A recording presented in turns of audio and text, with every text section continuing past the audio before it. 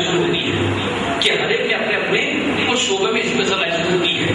مثلا آیت اللہ سید شہاب الدین ملائشی نجفی جن کا چند سال پہلے انتقال ہوا، جو حرم معصومہ میں نماز پڑھایا کرتے تھے، جو افراد زائد زیارت پر گئے ہیں ان کو معلوم ہے.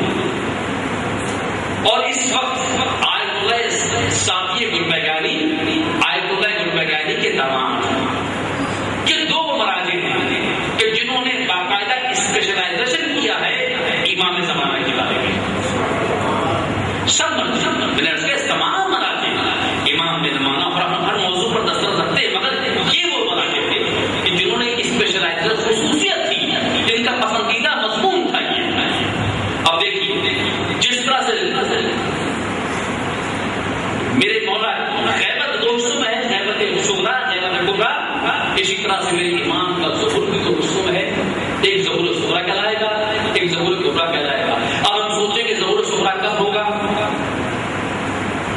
تب یہ میری بات نہیں ہے، مرجع شیعت آیت اللہ سید شہاب الدین ملائشی نجفی یہ لکھتے ہیں کہ ظہور صغریٰ ہو چکا ہے، میرے امام کا ظہور صغریٰ ہو چکا ہے.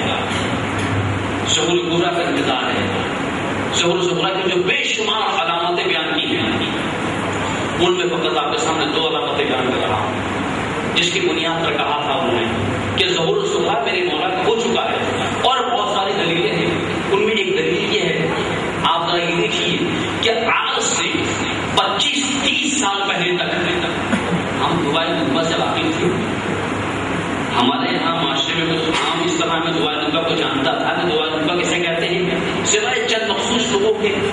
آج سے 25-30 سال پہلے تک امام زمانہ کے موضوع پر اتنی گفتگو کبھی ہوتی تھی، اتنی کتابیں کبھی مارکیٹ میں آئیں، لائبریری میں کبھی آئیں کہ نوجوانوں میں اتنا شعور پیدا ہوا. جتنی گفتگو پچھلے 20-25 سال میں ہو رہی ہے، یہ گفتگو خود اس بات کی علامت ہے کہ امام کا ظہور صغریٰ ہو چکا ہے. دعائے نبوت کا تیزی کے ساتھ لوگوں کے درمیان اس کا مشہور ہو جانا، یہ بہت ساری علامتیں ہیں. لیکن آیت اللہ ملائشی نجفی نے جو خصوصی طور پر دو علامتیں بیان کی ہیں کہ جو ثابت کرتی ہیں کہ ظہور صغریٰ ہو چکا ہے، اس میں سے ایک علامت یہ ہے کہ مسجد جمگران کا آباد ہو جانا. اس سے کہ شعبۂ زمین پر ایک واحد مسجد جمگران ہے جو قم میں واقع ہے. جو لوگ زیارت کے لیے جا چکے ہیں اور جو نہیں گئے ہیں، میرے مولا کی شب کی برکت میں ان کو سعادت عطا کرے کہ وہاں جانے کا اتفاق ہو اور اس مسجد میں 2 رکعت نماز امام زمانہ پڑھنے کی سعادت ان کو حاصل ہو، اپنی مرادیں پوری کرنے کی سعادت ان کو حاصل ہو. مسجد جمگران آج سے 30 سال پہلے تک اتنی آباد نہ تھی، اور جتنی آباد ہے پہلے جو مخصوص دن تھا شب چہارشنبہ، یہ منگل کا دن جو مخصوص تھا، اس دن بھی لوگ جلد ہی کچھ مقدار میں ہوا کرتے تھے. آیت اللہ ملائشی نجفی نے اپنی کتاب میں لکھا تھا کہ مسجد جمگران جب آباد ہو جائے گی تو سمجھنے کا ظہور صغریٰ ہو چکا ہے. آج مسجد جمگران کی کیفیت کیا ہے کہ منگل کی بدھ کی شب تو کیا، شب جمعہ تو کیا ہے، کوئی شب ایسی نہیں ہوتی، اور بالخصوص ان 2 شبوں میں تو پاؤں رکھنے کی جگہ نہیں ملتی. جو مسجد ہے جو خصوصی طور پر میرے امام کے حکم سے تعمیر کی گئی، میرے امام کے پیسے سے تعمیر کی گئی، جگہ بھی میرے امام نے معین کی تھی، وقت بھی میرے امام نے معین کیا تھا، اس مسجد کا آباد ہونا اس بات کی علامت ہے کہ ظہور صغریٰ ہو چکا ہے. اور دوسری منزل پر دوسری علامت جو آیت اللہ ملائشی نجفی نے اپنی کتاب میں لکھی ہے وہ یہ تھی کہ مرکز علم کا نجف سے قم منتقل ہو جانا. یہ وہ 2 علامتیں ہیں جو بڑی بڑی علامتیں ہیں جو آج اس دنیا میں ظاہر ہو چکی ہیں. اس انتظار میں نہ رہیے اور بس ظاہر ہے کہ میں کیا عرض کروں، اس لیے کہ جو میرا فرض بنتا ہے کہ کچھ چیزیں ایسی ہیں کہ جس سے اپنے نوجوانوں کو آگاہ کیا جائے. آپ کو معلوم ہے دنیا کتنی بیدار ہے، دنیا کتنی جاگ رہی ہے. جب 1901 کی صدی شروع ہوئی تھی نا، اور سب اس وقت، اور جب 2001 شروع ہوا تو دنیا کی باطل طاقتوں نے موازنہ کیا تھا کہ اس پوری ایک صدی میں تبدیلیاں کیا ہوئی ہیں.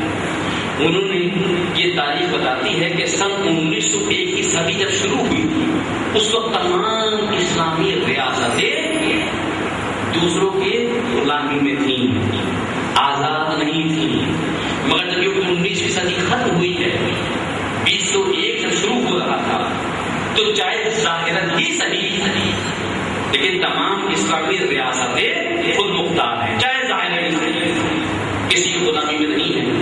اور اسی صدی کے اختتام میں 20-25 کے درمیان میں ایک عظیم انقلاب ایران میں رونما ہوا۔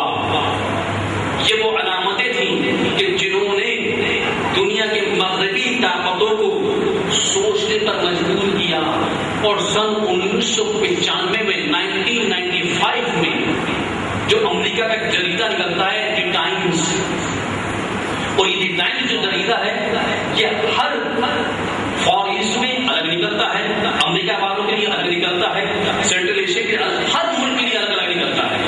اس میں ایک مضمون لکھا تھا، اور آنے والے اگلے 40 برس اسلام اور اہل اسلام کی تباہی کے سال لکھے تھے۔ انہوں نے ایک منصوبہ بنایا تھا کہ آنے والے اگلے 40 سال میں مسلمانوں کو ختم کر دینا ہے۔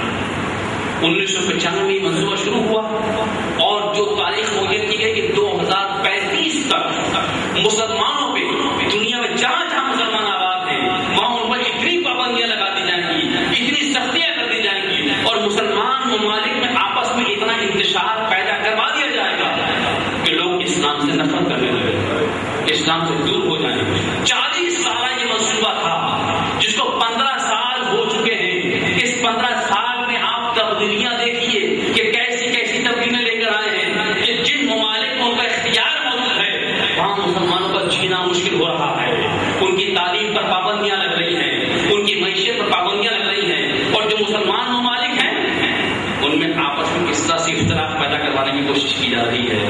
اور یاد رکھیے جو ظہور کبریٰ کی علامتوں میں سے ایک علامت ہے، جو کچھ بہت ساری علامتیں ہیں، ہمارا مزاج کیا ہے کہ ہم علامتوں کو دیکھتے ہیں کہ یہ علامت پوری ہو گئی، یہ علامت پوری ہو گئی۔ ان علامتوں میں سے ایک علامت یہ تھی کہ جو ظہور کبریٰ کی علامتوں میں سے جو پوری ہوئی کہ بغداد پر صہیونی طاقتیں حملہ کریں گی، جو علامت پوری ہو گئی۔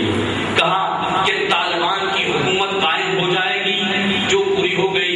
یہ وہ علامتیں جو پوری ہوتی ہو گئی ہیں۔ کچھ علامتیں ایسی ہیں ہم اس انتظار میں جاتے ہیں کہ سفیان کا خروج ہوگا، جو کم سے کم 9 مہینے تک اس کی حکومت باقی رہے گی۔ ہم اس کو دیکھتے ہیں، پھر اس کو کہ نہیں ابھی یہ علامت اطمینان سے بیٹھے ہوئے ہیں۔ ایک علامت یہ بھی ہے کہ قاہرہ کا شہر دریائے نیل کی وجہ سے تباہ و برباد ہو جائے گا، یعنی کہ ابھی یہ علامت پوری نہیں ہوئی۔ بغداد میں مومنین کا اتنا قتل و خون ہوگا کہ گھٹنوں تک خون مومنین ٹھہر رہا ہوگا، ہم نے کہا یہ علامت ابھی باقی ہے۔ یاد رکھیے کہ فقط علامتوں کی وجہ سے اپنے امام کے انتظار میں نہ بیٹھے رہیے۔ وہ میرا زمانہ کا امام ہے، وہ پابند نہیں ہے، وہ تو حکم الہی کو دیکھ رہا ہے کہ جب باطل طاقتیں سر چڑھ کر اسلام کو مٹانے کی کوششیں کر رہی ہوں گی، تو سورہ جمعہ کے خطبے میں کیا کہا کہ یملأ اللہ الارض قسطا وفجورا عدلا وقسطا، کہ جب وہ آئے گا زمین کو عدل و انصاف سے اس طرح سے بڑھ دے گا کہ جس طرح سے یہ زمین ظلم و جور سے بھری ہوئی تھی۔ دنیا کی یہ فساد زدہ زندگی دیکھتے چلے جائیے، دشمن اسلام کی سازشیں دیکھتے چلے جائیے۔ اب اس انتظار